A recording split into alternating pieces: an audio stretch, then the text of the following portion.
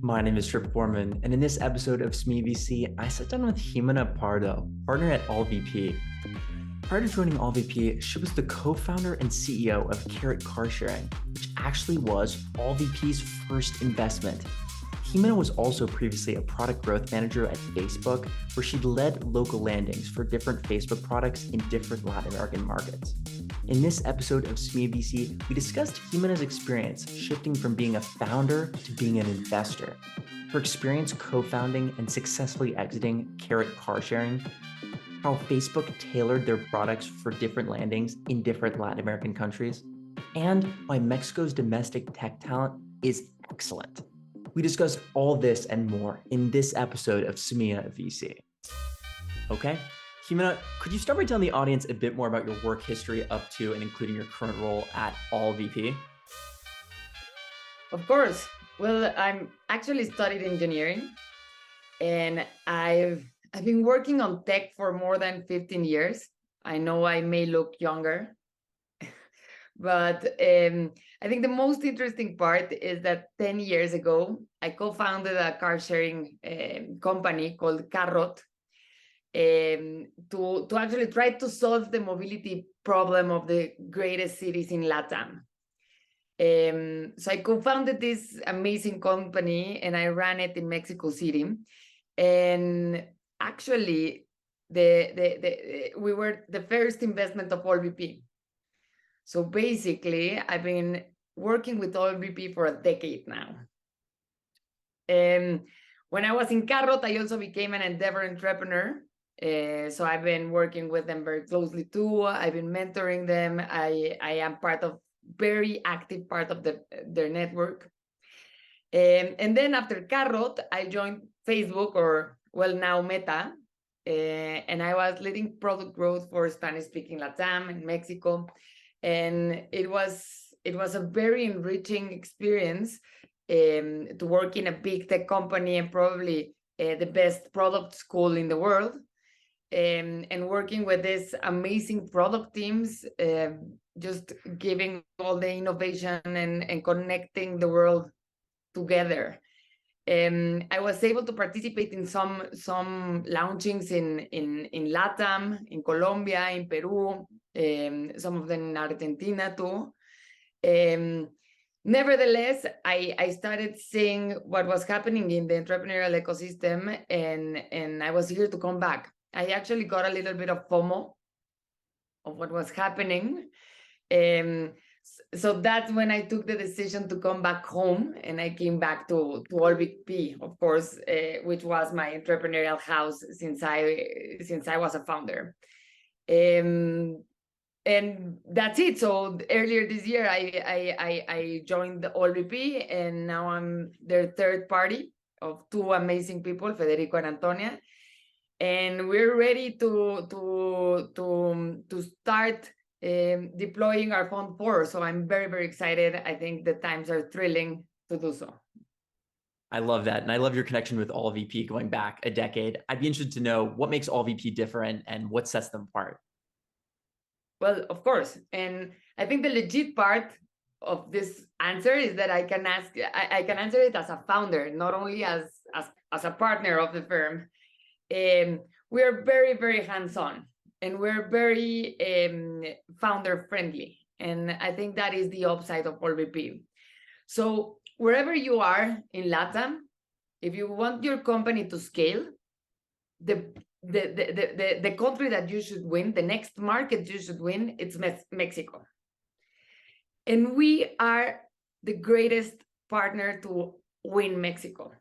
And that is our value proposition. If you see the three founders, we the three of us come from different nationalities. We come from different ages, different networks. So that's how we can actually help you. We know a lot of people. We know how to speak Mexican. We know the regulations. We know how to market the Mexican market. So I think that is the foremost value proposition. Additionally, and very technical stuff about ALLVP is that we invest in very early stage, from pre-seed to Series A. We look for extraordinary founders trying to solve the region's greatest problems. So we like inspired people and people who actually inspired us and motivate us to do our work. We invest in fintech, in future of commerce, in smart cities, in human capital, and that way we can help them win. What a great answer. And I want to get more into your time as a VC right now, but I want to talk a little bit more about your experience before becoming a VC, because it's very extensive. Pertaining to your time at Facebook, how did Facebook tailor their products for the specific local landings that you were a part of all across Latin America?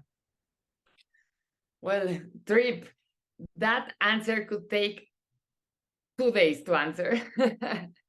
So Facebook as a big tech, and of course all the liabilities and the responsibility that comes to that, it's very, very delicate on rolling up and rolling out products. So the part is they create amazing teams that are led by amazing product managers, engineering managers, content strategists. There's a whole group called internationalization that oversees that the products are actually with the right nuances for each market. Within it, there's local insights team, there's research team, there's legal team. I mean, all the liabilities. And probably for your audience, that will be hard to tackle if you are launching a startup. So I think the most valuable answer to this question would be like, what did I learn from Facebook that will actually work for the startups that your audience is probably launching? And I think that the most important thing is to actually launch it and launch it ASAP. There's a Voltaire saying that it says that done is better than perfect, and that is true. The greatest, I think, advantage that you can have against these big techs also is to actually just the speed of launching and just the ship, just ship it. And then the second thing is, of course, measure it. And once you start measuring things, then you can start testing. And when I say testing, it's not only A/B testing and try to growth test it, etc. But I mean test it to know and actually to validate that it's feasible for the market. This is one of the greatest mistakes I see that entrepreneurs do, and also big techs do. Like actually Facebook does this problem, is that we sometimes create our products for us, the tech people and the tech scene, and probably we have like this iPhone 12, 13, and these Samsung top-notch phones. So when I mean tested is that you have to go on the ground and know that probably in LATAM, like the average person has this 5-year-old mobile phone, and the network conditions are not the ones in Palo Alto.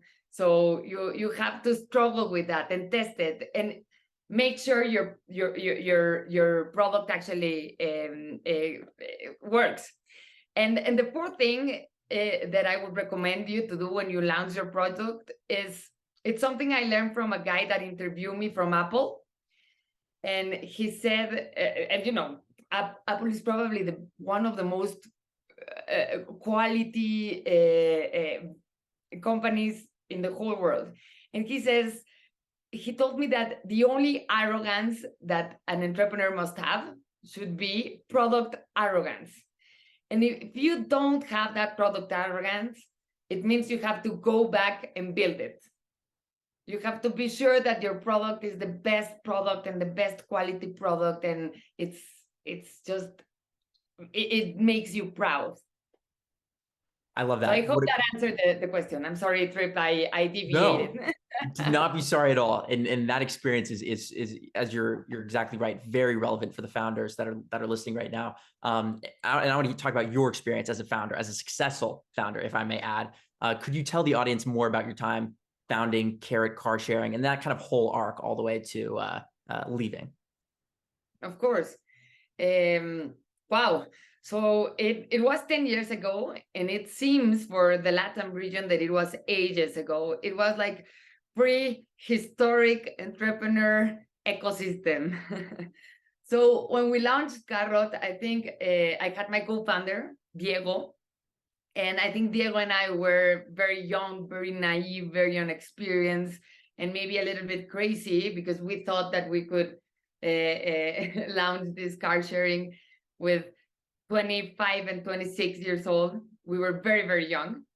And I think what I like the most is that when we launched, there were probably 3 VCs in the region, or maybe 5, but only 3 with them with money. So it was, for example, fundraising was super hard for us. It was difficult, and there was no angel investing. Like all the wealthy individuals, they were like more private equity guys, and they would rather just go out in the public stock market that actually invest in innovation specifically for Latam. We had a couple of examples in the region, like Mercado Libre, which was 99. So it was like way before, and we did not have like any right entrepreneurs, like not big examples for so people would follow. The other thing that was very hard was the infrastructure. I remember having a lot of tech problems because we needed an SMS message to get into the cars to actually open, and the network condition wasn't ready yet. So we had to struggle a lot. We had to help our users manually open the cars. It was hard. And the worst thing was payments. There were no payment solutions. So we had to connect directly to the banks. And of course, every 2 weeks, the banks will think that we were too risky and they will disconnect us. And of course, we didn't have the volume to actually get some notice. So it was just hard to getting paid by the clients.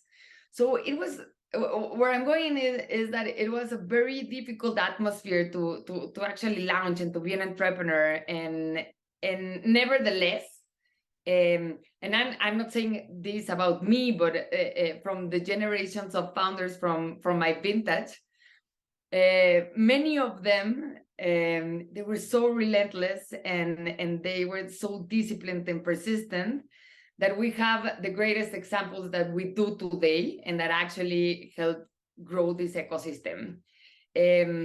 So it was an amazing journey. Carrot, I operated it for 6 years. It was a roller coaster. There were highs, there were lows.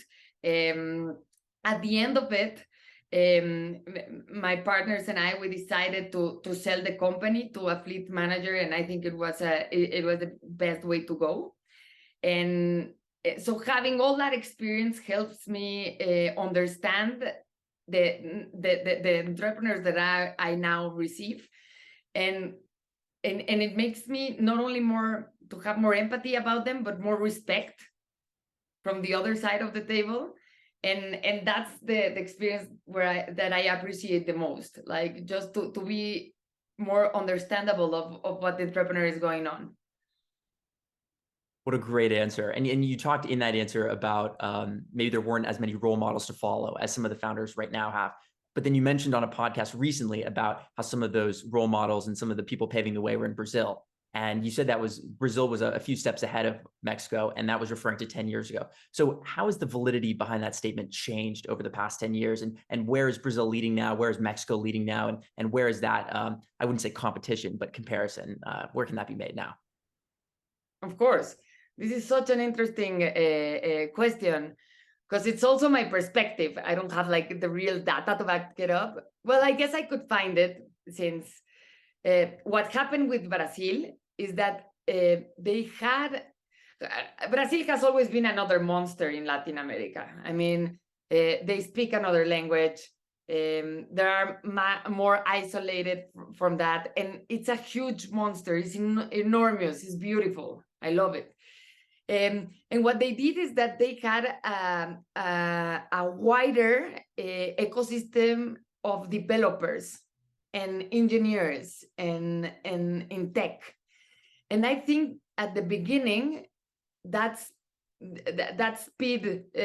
sped Brazil and made it grow faster. So Monashis, for example, is a VC that I don't know, it must be in their fund number 10. So they've been investing like for a while in a region. And that's why it developed faster than the rest of LATAM. And I think now what I see in the rest of LATAM is that Mexico is now keeping up to Brazil. Of course, it's an advantage, our closeness to the US. So from San Francisco to Mexico City, there are probably, I don't know, 5-6 flights, daily flights. So, and you're just 4 hours away and a 2-hour difference. So basically it's during the same time zone. That makes it easier. And then I see some nuances in the region. For example, now that you are in Buenos Aires, Argentina is also an ecosystem that developed faster.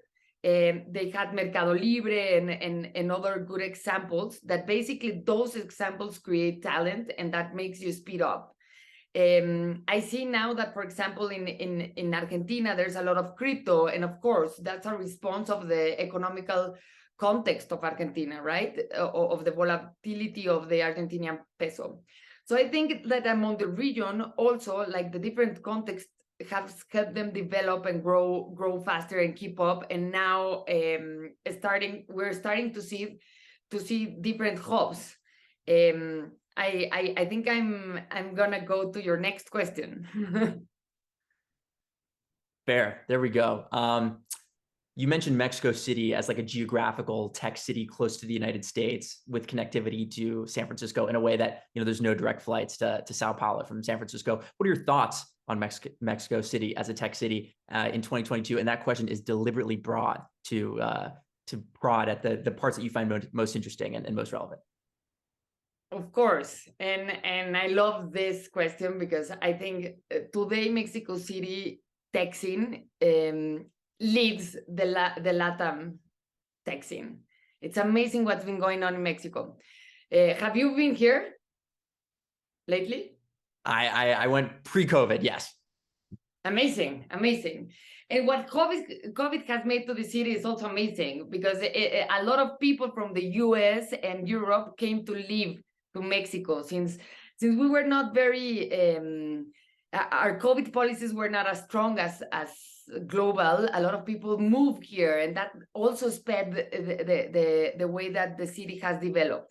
But let me tell you like very systematically what I think that happens in Mexico, and it relates on my time to from Carrot. So remember what I told you, all the struggles I had when I went when I launched Carrot. Well, now what I see in Mexico City has free Wi-Fi in the streets, and it's a strong Wi-Fi. Not even Palo Alto has free Wi-Fi, right? Now, like the payment things, you have maybe like 15 to 20 solutions you could actually use.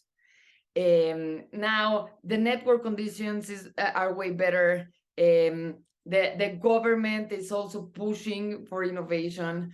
So like the infrastructure has developed to make Mexico a super tech power. And then you have talent on the second hand. And now we have companies like Kavak and Bitso and Corner Shop, which grew very fast in Mexico, that left a lot of alumni. And those alumni want to become entrepreneurs themselves. So you have the infrastructure, you have the talent, and you have the door to the whole region that has so many needs, that needs so many solutions. So when you correlate those three things, you get a super powerful region and a super powerful hub, tech hub that is Mexico City today. So I invite everyone in your audience to come here and to actually live it from themselves. Just walk around La Condesa and you'll see the tech scene. You'll see the coffee shops full with entrepreneurs, full with their laptops, and you see like how the city is vibrating. I love that. I'll second that. I think everyone should go. And I'm looking forward to going soon. Again, You have blockchain in your LinkedIn bio. You mentioned about one of the use cases with Argentina and like the response to poor fiscal policy, and that's why people are turning to things like blockchain. I have to ask, what are your thoughts on blockchain in late 2022, and what use case are you most interested in? Of course. No, I know the ecosystem for blockchains has changed, and the perception for many people has changed. I'm still bullish about the technology, but for tactical and useful cases, I see that blockchain, if you think about it, like it could have so many ways. Even in an election, like Brazil that just had an election, like blockchain could help you completely discard fraud in an election once you apply the technology to electoral elections, for example. And there are so many use cases like contracts and identity and transparency, etc., that I'm super bullish we will find it. Of course, I do like the creative part of blockchain, and I understand the economy of scarcity, etc. But I'm more bullish in the blockchain solution, tactical, useful side of it. And I am eager to see the next generation of founders bring a lot of solutions within it. I think I agree with that answer. I think that's an excellently worded answer. I have to ask, going back to a little bit more about your background, could you tell us more about your time with Endeavor? Yes, of course. For me, joining Endeavor was super important in my startup, since Diego and I were very young, very naive, and unexperienced. Being able to join this global network of top leaders in the world helped us enormously. I remember specifically what we did is, once we became Endeavor, like just the process to become Endeavor, it gives you a lot of structure, it gives you a lot of discipline, etc. And once we joined, what we did is that we had, of course, our board, or official board, and then we made an advisor board where we have top people from top companies in Mexico. We had people from Bain, we had people from Google, we had people from like really big companies. And what that advisory board helped us was just giving us advice, just amazing people giving away free time to help innovation grow in their country. So it's amazing. And then, like, depending on the stage and the growth of your company, it depends how much you need Endeavor, how close you are to it, and that is completely normal. I remember every time I had a struggle, Endeavor was there for me. So that is a peace of mind. And after my time in Carrot, my time in Endeavor switched from, of course, from entrepreneur to mentor. And it's amazing the multiplier effect that they have. It allows us, the entrepreneurs, to pay it forward to other entrepreneurs coming. And I think that whole philosophy is amazing and so important for developing regions such as ours. And lastly, like, now I have a new role in Endeavor now that I'm an investor, and I think that is the way to go, like the full loop in Endeavor, and I would love to keep continuing to collaborate through that network and to see the region truly bloom. You mentioned in some of your previous answers some of the juxtapositions between the US and Mexico. You mentioned the Wi-Fi in Palo Alto, and you mentioned the types of phones people would be using. What would you tell American VCs who are investing in Mexican startups? So we are here. So yes, I think that is a super interesting question.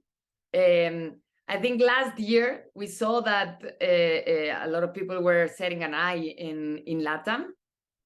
And I see LATAM as a Greenland. I see the infrastructure is ready, the talent is ready, the needs are there. And I think it will be very important for global VCs to understand that there's so much room to grow in LATAM. what I would recommend them, and I will highly recommend this, is that whenever they invest and co-invest in the region, they need to co-invest with a fund like ALLVP, with a local fund. Therefore, we can help them also understand the big regulations that are in the region, the nuances. We can help them leverage our network. We can help them understand how the cultural behaviors in each of our countries. So I will tell them, welcome, but join us. Like it will be very underrated to think that global funds could come and just win LATAM by themselves. So we have the talent, we have the infrastructure, we have the needs, and we have the correct and right partners to do so. There we go. I have two more questions before we end today. First, and this is very broad and very intentionally broad, what are you most excited about right now? Wow, 2023. No, I'm super excited that we're just launching our new fund. And what I'm seeing is that after all the market's corrections, and of course the downturn, the downturn in public and private markets, etc., I see a lot of reality, but a lot of talent going on. So I see a lot of ambitious people with feet on their grounds that are launching amazing projects, and that just excites me. Excites me greatly. I see people trying to find solutions for big problems. So I see big markets in LATAM. I see a lot of needs. That is the cool thing. That's what the American VCs must see. If I had to choose something specifically that I'm mostly excited is about Brazil, since in this fund we're intentionally looking to go to Brazil, not to win Brazil per se, but to win with the companies that want to scale to Mexico. So if you are a Brazilian entrepreneur listening to this, like, just shoot me an email. I would love to meet you and understand the ecosystem there. And I'm so eager to go to Sao Paulo and Rio, etc., and set a foot on it, because I see a lot of talent there. I had a great time in Sao Paulo and Rio in mid-October, and I would second. Maybe you pick your Mexico City trip first, and then after that, you to the people listening, they go out to Brazil. So finally, I have to ask Peter Thiel's famous contrarian question, but with a uniquely Semilla.VC twist. What important truth about Mexico or Latin America do very few people agree with you on? Yes, this question is so tough, by the way. No, I don't think that people don't agree with me, but this is something that most people don't know and they don't believe. But I do believe that there is so much talent in Mexico, and I don't believe that Mexicans know this yet. It's like the best well-kept secret. And we need to just boom it and explode it, and we need to start believing it, and that's it. There we go. Jimena, thank you so much for taking the time to come on this Semilla.VC podcast today. This is amazing, Trip. Thank you for watching this episode of Semilla.VC. My name is Trip Gorman. Don't forget to like and subscribe wherever you view the podcast. And don't forget to check out our newsletter, Dealflow LA, which can be found by going to dealflow.la.